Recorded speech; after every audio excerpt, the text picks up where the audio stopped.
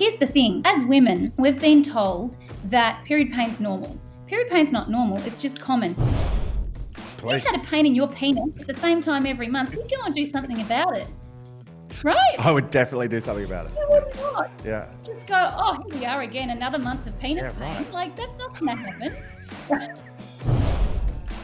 What the research suggests is that the longer you can wait to use hormonal contraceptives, the better your hormones will be long term. I don't know about you, but when I was a teenager, my sex ed classes, they were so bad.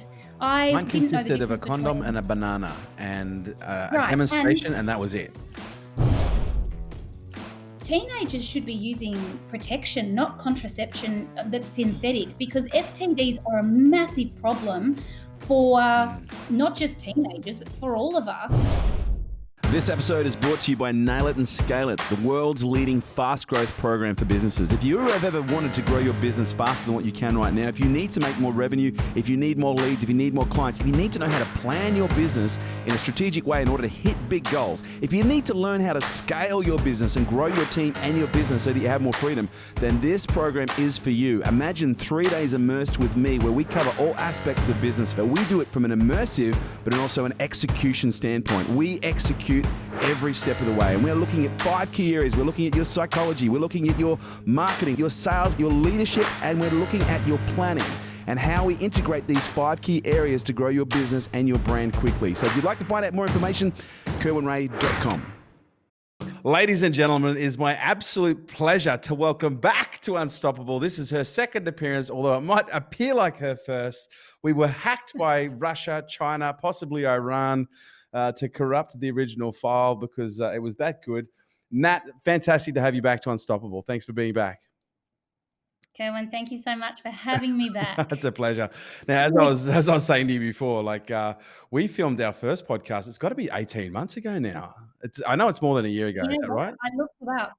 I looked it up today. When it was was nearly 2 years ago. It was April 17th. Wow. And for those of you playing at home, you may not know this, but we filmed, I think it was about 50 or 60 podcasts. And then we had this fancy server system that was apparently impenetrable, and fail safe. Anyway, the whole fucking thing crashed. 16 drives crashed simultaneously. Nothing backed anything up. And we lost 42 very delicate podcasts, and yours was one of them. And so it's only taken us this long to get you back on. So it's great to have you here.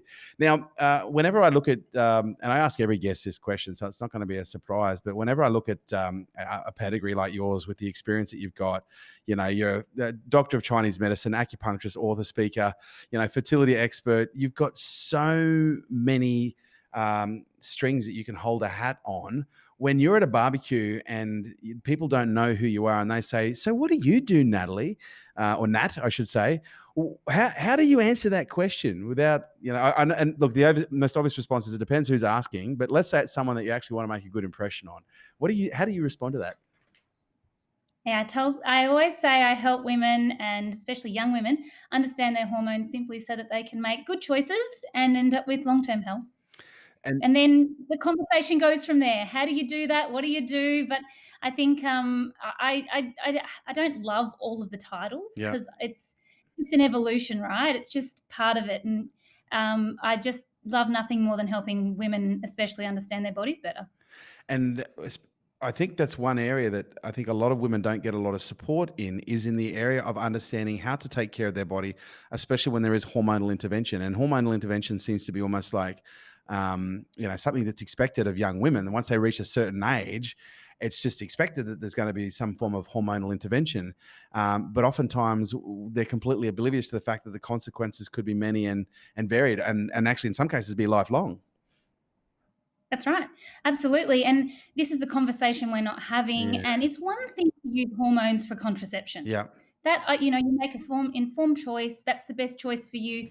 Perfect. But when we're using it to treat a problem it can't treat, and especially at a really young age, that becomes a really big problem. And what we know, and I think what I'm so passionate about, especially mums understanding, because we're the ones making choices for our younger daughters, especially when they first might have issues, is that the younger you use hormonal birth control especially, it basically flatlines or halts your hormones at that point in time. If you're 14 and your hormones don't get to mature, then that's a really big problem. Wow. So, what the research suggests is that the longer you can wait to use hormonal contraceptives, the better your hormones will be long term. But if you're 14 and you start taking the pill and you come off the pill at 28, you are hormonally as mature as the 14-year-old self that you were, because that's the time that you actually halted or flatlined your hormones. Yeah, wow. And this is what I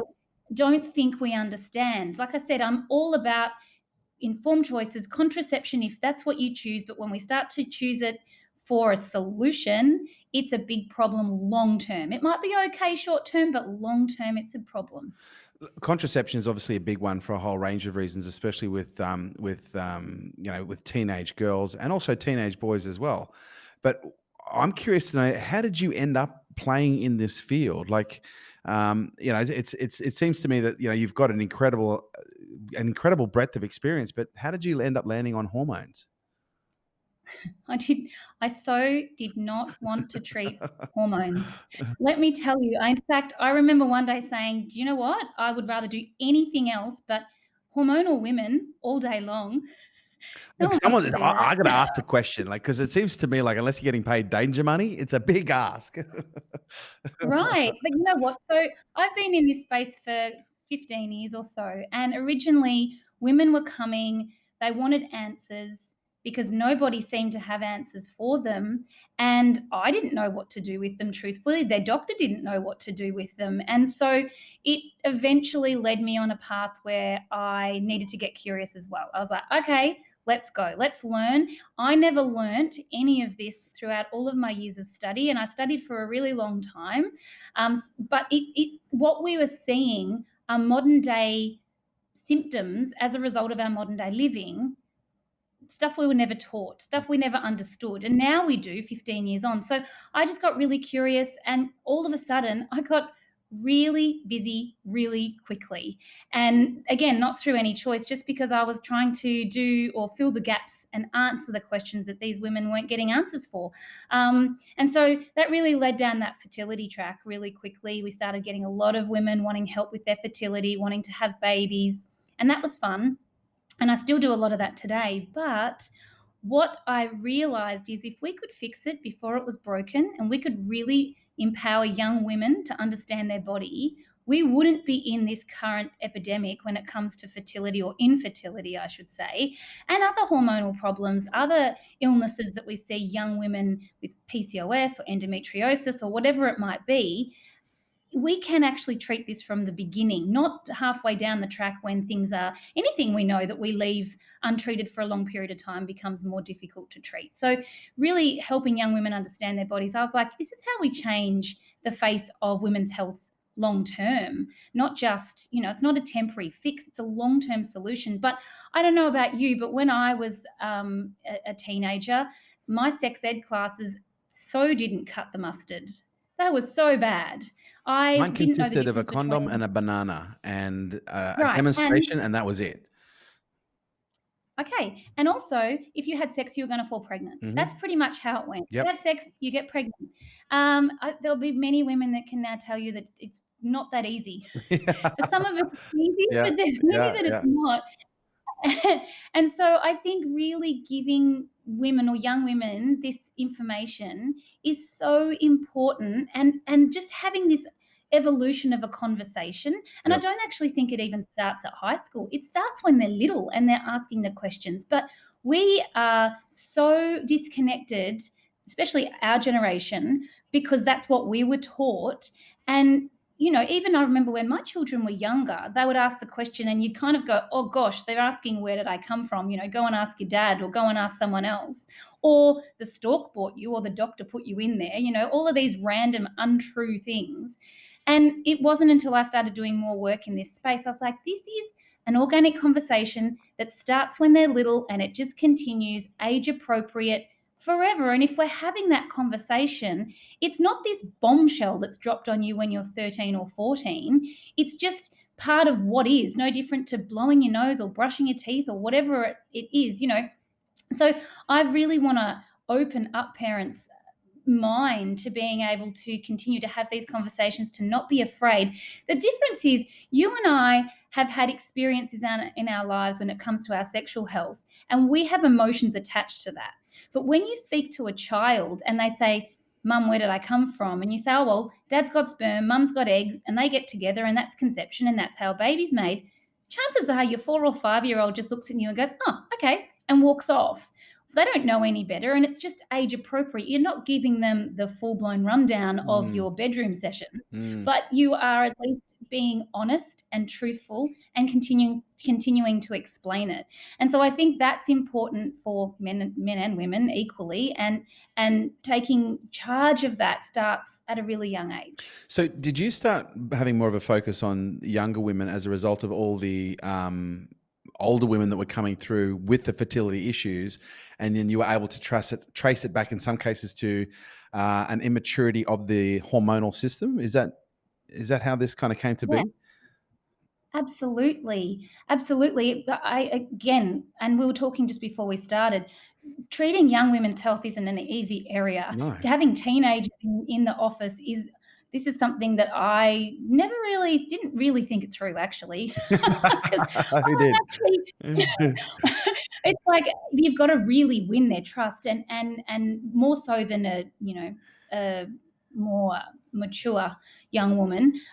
You've really got to win their trust over. But once you do, you can have these really great conversations with them, and it's really lovely to do that. But absolutely, that's how that came to be. I was seeing 30 and 40-year-old women who didn't have a clue about how their body worked, didn't even know that they needed to ovulate to fall pregnant. And so they were embarrassed. They were saying to me, Nat, I'm so sorry, but I don't know what you're talking about. I'm like, well, you kind of need the 101 if you want to have a baby, or the 101 if you don't want to have a baby. Yeah. And that definitely came from there. So when you talk about conditions that oftentimes, women are prescribed contraception for, most, and I guess most men would assume, depending on their exposure to their partner and maybe their daughter, if they've got one, would assume that most girls get put on, the pill at the age of 13 because they're going into puberty and they just want to make sure that their daughter's not going to get knocked up. But from what you're saying, there's a whole range of other symptoms that present that people just go, well, just take the pill and that should sort it out. And I've even heard women talking about this. And I guess when I was younger, it wasn't so weird. But now when I hear people talking about it, it's almost irrational that people in some cases will take the pill to be able to, determine when they get their period so that they can determine how they live their life from a holiday perspective or from a dating perspective. But what are some of these conditions that people are taking? Yeah, well, it's a bit crazy because, it's heartbreaking. Yeah, right. So totally, I see. I have mums come in and say, "What do I do?" All the girls are being told that school camp and go on the pill so you don't get your period whilst you're on school camp. I get it. No one wants their period on school camp. Most teenagers don't want it at all. But again, that becomes back to this conversation of not hating on your body. If you have symptoms that aren't great, period pain, acne, PMS, headaches, heavy bleeding, missing periods, like there's so many different ways that hormonal imbalances show up. These are all signs that your body is trying to tell you something's not right. Right. Here's the thing. As women, we've been told that period pain's normal. Period pain's not normal. It's just common. Not to be rude, but let's go for it. Please. If you had a pain in your penis at the same time every month, you'd go and do something about it. Right? I would definitely do something about it. You would not. Yeah. Just go, oh, here we are again, another month of penis pain. Right. Like, that's not going to happen. You could be a pain in the, Anyway. But it's true. But we've accepted that it's normal to have period pain. Yeah. And I know even my mum would say to me, I'm sorry, I know it sucks to be a woman. Like, it really isn't fair, is it? If she had have known that that wasn't normal as well, she would have done something about it, no doubt. So it's just another clue that your body is in some type of imbalance and your hormones aren't as hard as you might think to fix. And that's what comes back to when you ask me, what do I do? I want to help you understand it simply because it's not that hard, but we either don't have the right information or we fear our symptoms as being something diabolically wrong, or we just ignore it. And so having the clues and really being able to look in and get very curious about, oh, what are my symptoms actually telling me? Your body's always responding to whatever environment you put it in. And so if you can work out how to tinker the environment, then you can work out how to change the response that your body's having to that. Yes, okay, we look at our genes and we're blessed, or whatever you want to call it, from our parents, but it doesn't mean that it has to play out that way. I always say to patients, if you come to me and you have PCOS or endometriosis or period pain or headaches or acne or whatever it might be, you've got a whole lot of switches almost that are being flicked on in your body. And what we need to do is come in and work out, how can we flick some of those off so that your body's not then responding in that way, and we can show it a different way to actually respond. And, it's not just your hormones. This goes for anything that's showing up for you. Yeah, right. I guess the problem isn't just with the individual or the parents. Is it fair to say that there might also be a missing link in the medical system as well? Because you do hear many stories from parents who, their daughters present with some kind of a symptom. They've got period pain, they've got acne, or they're going to a school camp and they go to the doctor. In most cases, let's remove the school camp, but they've got some symptom that they're presenting with. Do you find that the overwhelming consensus of most GPs is just to go, oh well, look, she's entering that stage of life. Let's just throw her on the pill and let's just see how she responds to that, without actually really looking beyond the symptoms themselves? I think you've just nailed, that's the problem. Right. Your GP is not your gynecologist, but is your first point of call. And that's a problem because that's not their job.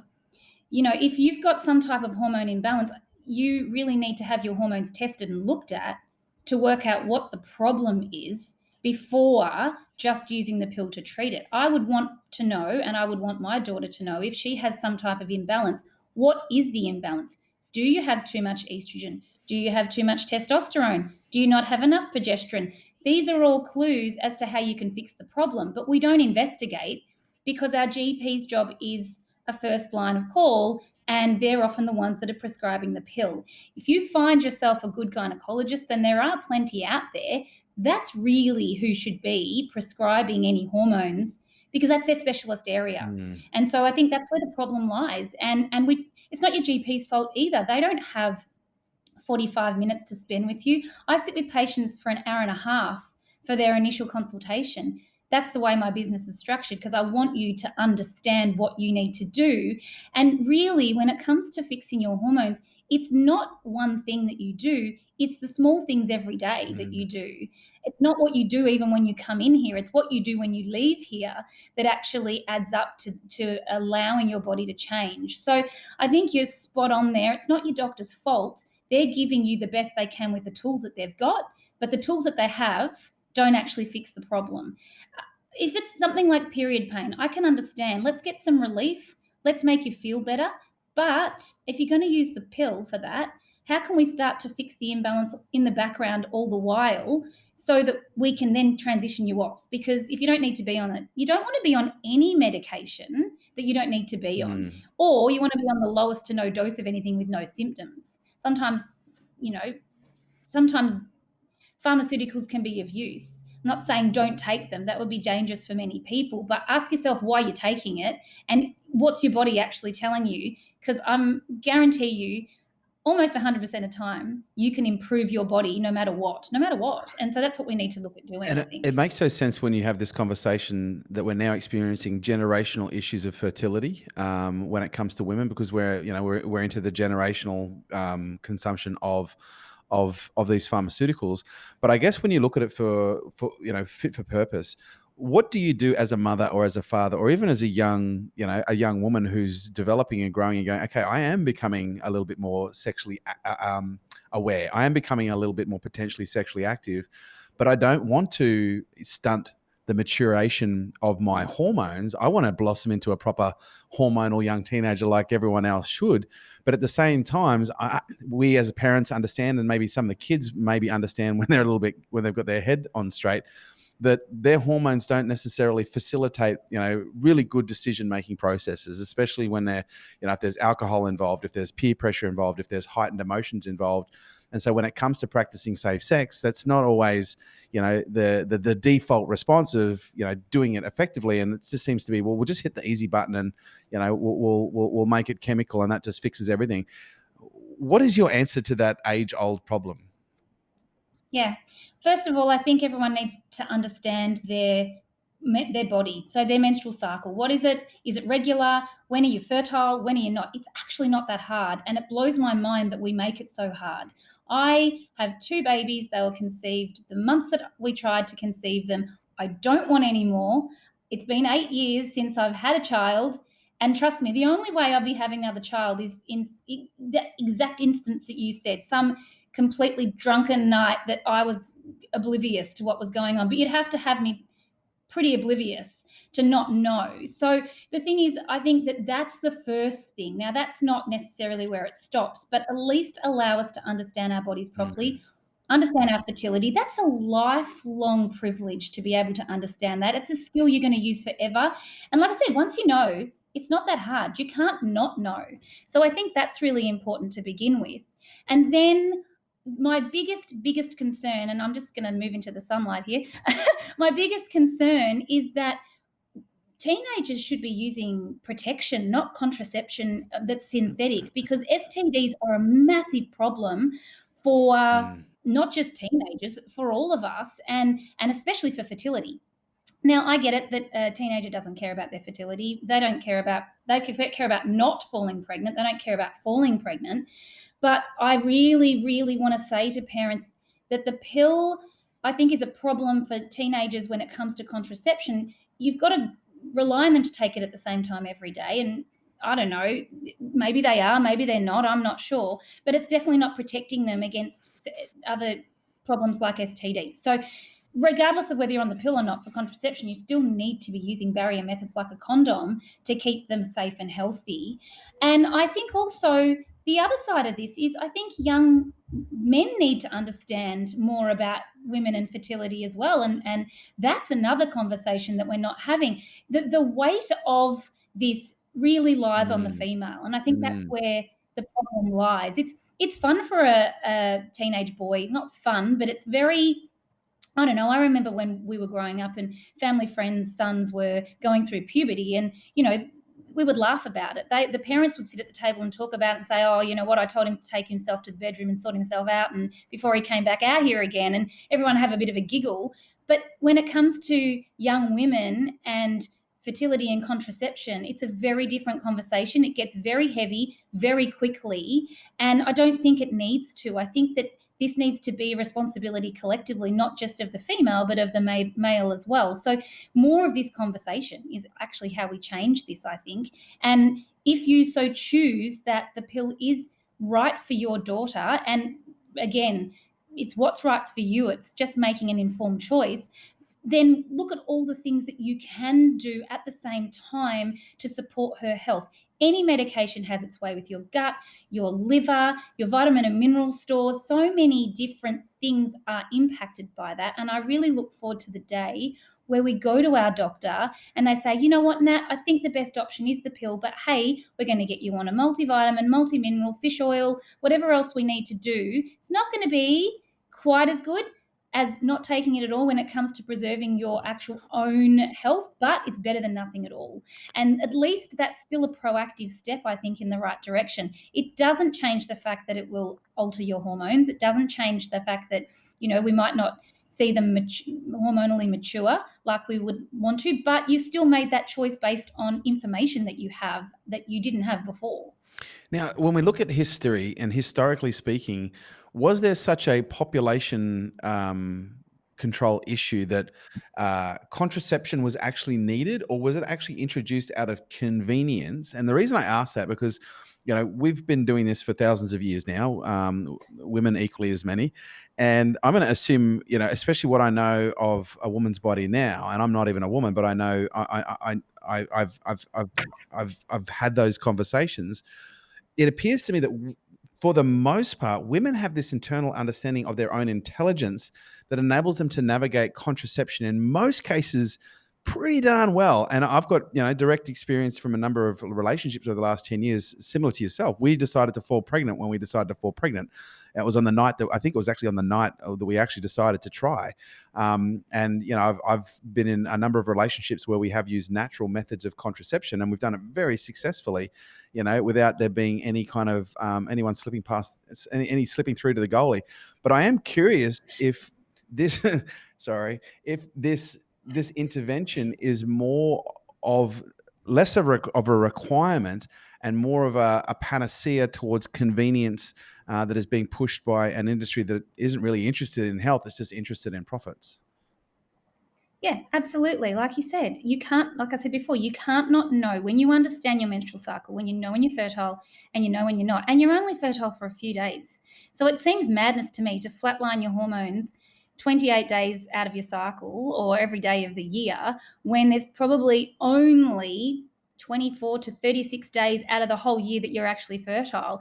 But you've got to know this. And this is where this empowerment comes again, teaching young women to understand their body is the game changer here. And we see it as prehistoric. If you go to your doctor and you say, oh, no, I actually know when I'm fertile and when I'm not, unfortunately, many doctors will say, oh, come on, don't be ridiculous. You don't want children like that. Anything can happen. Not here. I'm in charge of what happens here. I know exactly. And I get pretty upset when someone tries to tell me that I don't know what my body is telling me. Yeah, right. That's ridiculous. How dare someone else try and tell me that I don't know? I even know when I had children, it's common for women to be prescribed the mini pill at 6 weeks postpartum. That's going straight through your breast milk. It's going everywhere in your body. Wow. And I remember having that conversation with my doctor at the time and them looking down on me like, oh, well, you'll be back pregnant in no time. And I'm like, no way. I understand my body and I've been doing that for a really long time. And that's what I think we miss out on. If we are taking the contraceptive pill in our teen years, we're missing out on body wisdom. And body wisdom is, I think, the biggest gift. And do you think part of that loss of body wisdom is coming as a result of that some of those conversations not being had to introduce them to those parts of themselves that they can become aware of and then start to tune into? And I guess that leads me to the question of how do you start that conversation? And obviously we always refer to age appropriate. And so, when we consider what's age appropriate in this conversation, when is age appropriate to start this conversation, and how would you introduce it, and how would that escalate over time?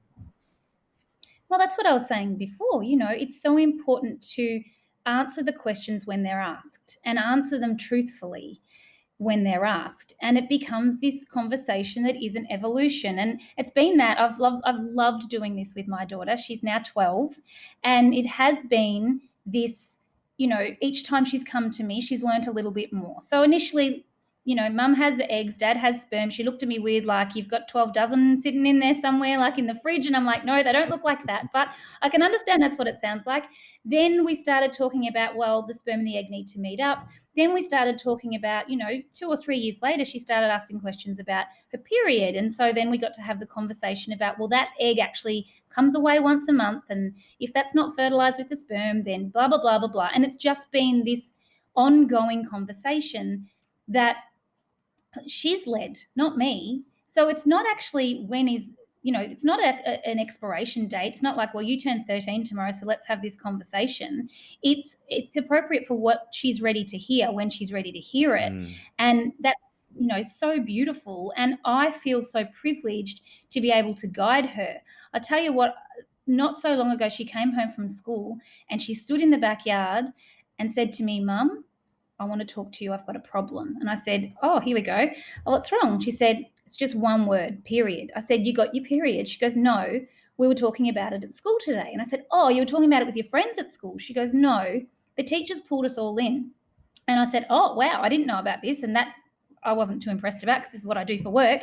And so I said to her, oh, well, what happened? And she said, oh, well, the teachers pulled us in and said to us that we're all going to get our periods within the next year or so.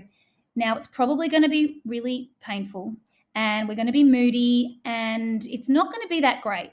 And she said, Mum, now I'm really worried because I didn't realize that it was going to be so bad. And I said to her, sweetie, it's not going to be bad. I promise you. And I'm really sorry that that's the conversation that you've had. But if it's bad, I will fix it because that's what I do for work. So you don't have to worry. But the fear of God was put into however many 50-something girls all together that they're now anticipating they're going to get a period and it's going to be awful. And that memory stays with you as a child. She's not evolved enough to understand. And so we have to be really careful as mothers as the information, like anything, if you're constantly talking about you're overweight and you need to lose weight, children hear that. If you're constantly talking about your awful periods, children hear that. Why would you want something every month that's awful? You wouldn't. But again, your body's just talking to you. It's time for you to listen to what that might be and to make the necessary changes according to the signs and symptoms you're being presented with. Are you finding that some of these conversations are taking place now at younger and younger ages, just because of the way information is flying around? Like I read a brief this morning that was saying that there's now an influx in certain countries around the world of 11 and 12-year-olds calling helplines with porn addiction or early signs of porn addiction, as an example. Have you noticed? You've obviously been in this field for quite a while now.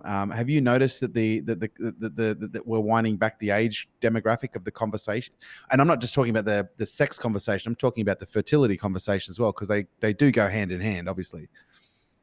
Yeah, absolutely. When we put out Beautiful You, which is my latest book that talks all about this, we surveyed mothers and daughters.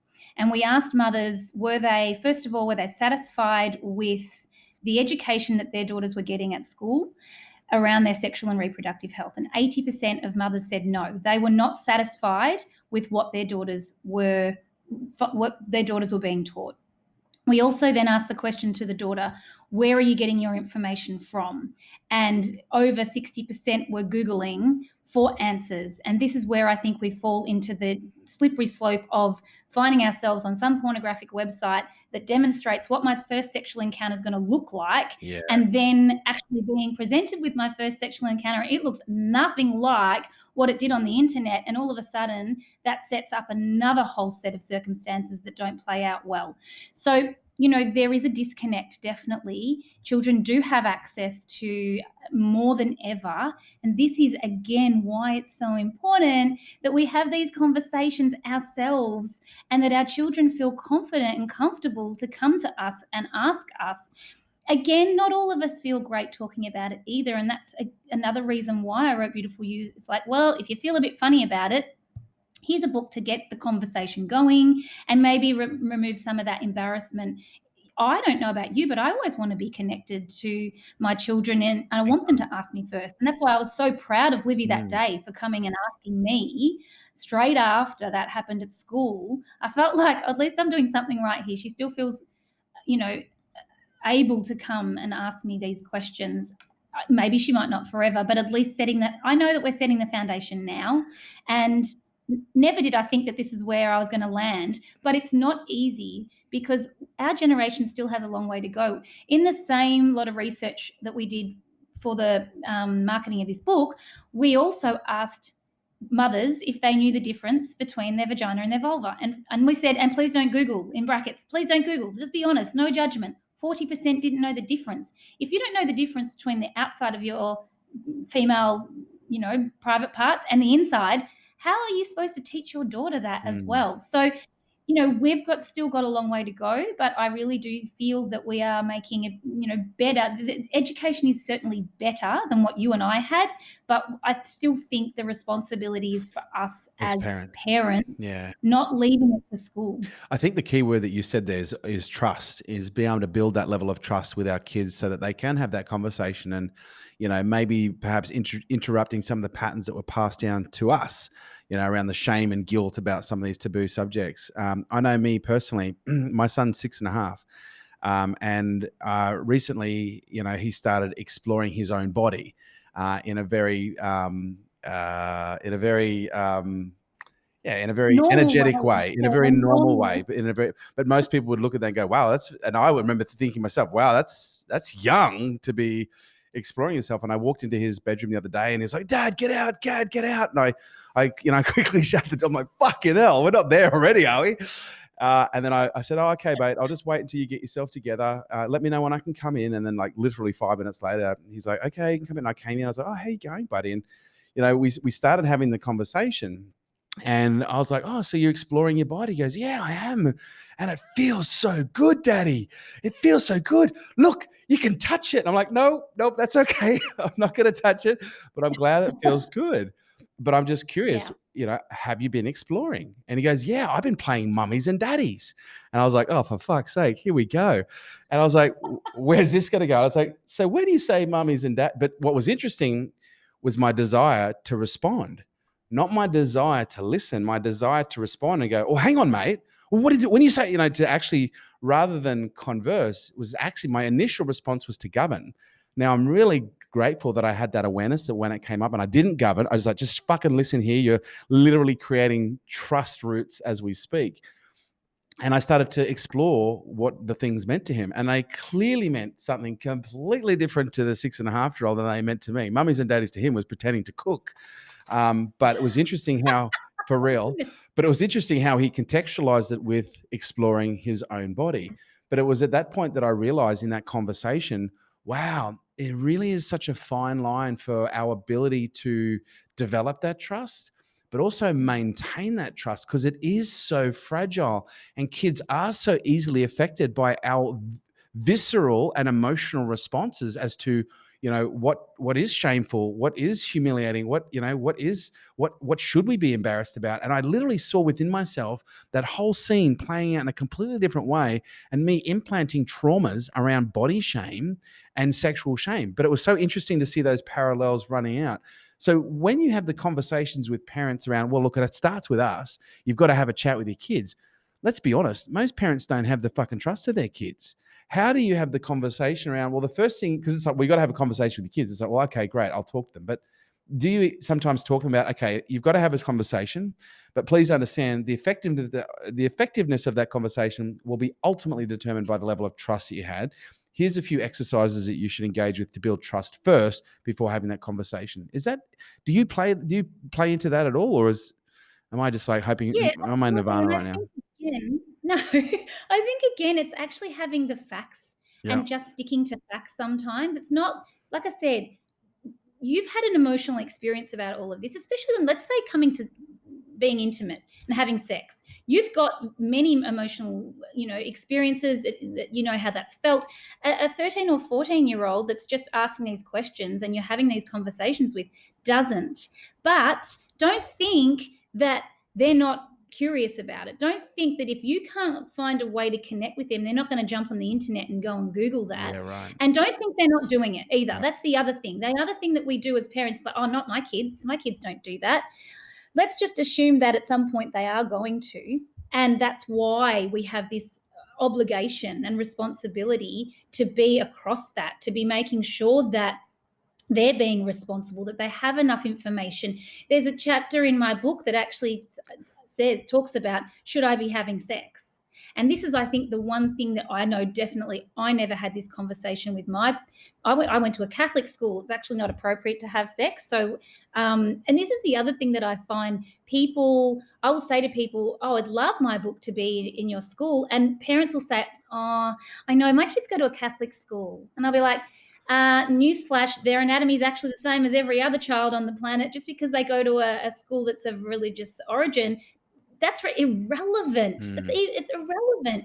I had someone the other day tell me that their children are still being taught at a high school level that you don't need to have sex to have a baby because that's what happened to Mary. And it's like, come on, please. Like, that is just, who's making these decisions? Who's making these decisions that fundamentally are damaging for our younger generation? Because that's not true, So I think we need to be mindful of that. And I think we have to find a way. It's our responsibility to connect with our children anyway. And the first part is just starting to talk about it. And for some of you, that'll be fine. You'll be like, yep, we're doing that. And for others, it's like, how do I do that? But really trying to, have an open door policy, invite them in, tell them that you want to help them, that you want to be answering their questions and support them. And or again, we wrote the book because give them the book and then say, let's talk about it after, or read it together. You know, I'm not letting Olivia read it yet because she's not even asking questions about sex. So I don't want her to look at that chapter and then go, hang on a minute. I want to be able to have those conversations. She's busting to read the book. She's read certain parts of it, but I know she's not mature enough to understand. I know that. But that's because I've been doing that with her the whole way. And it's never too late either. You know, if you're listening and you've got a 16 or 17-year-old, just start to have conversations, sit with them. They want to generally, yes, okay, initially, it's embarrassing, shut up, mum, I don't want to talk about it. But the more that you can earn their trust and respect again, the more they're going to come to you. It's just about sitting and spending time. It's spending time. There's no magic solution for it. And in your way, and hopefully most of us know our children's, you know, language when it comes to how to communicate with them. And if not, well, then you need to go on a path of learning how to do that. And it extends beyond this. Is this something that is usually you encourage parents to have as a whole family conversation, or because of the sensitive nature of it, is it something that is normally isolated to the child or the kids that are involved? Or do you encourage families to have open discussions at the dinner table about it? I think we're all different. We've all got different families and we've all got different dynamics. But you know what? We don't actually hold anything back from Geordie, my son. He's 8. So whenever we're talking to Olivia about something, Geordie's normally around somewhere.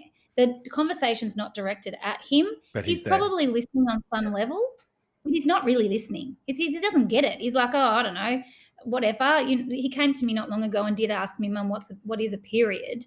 And we've been having this conversation for years. But again, I think kids hear things when they're ready.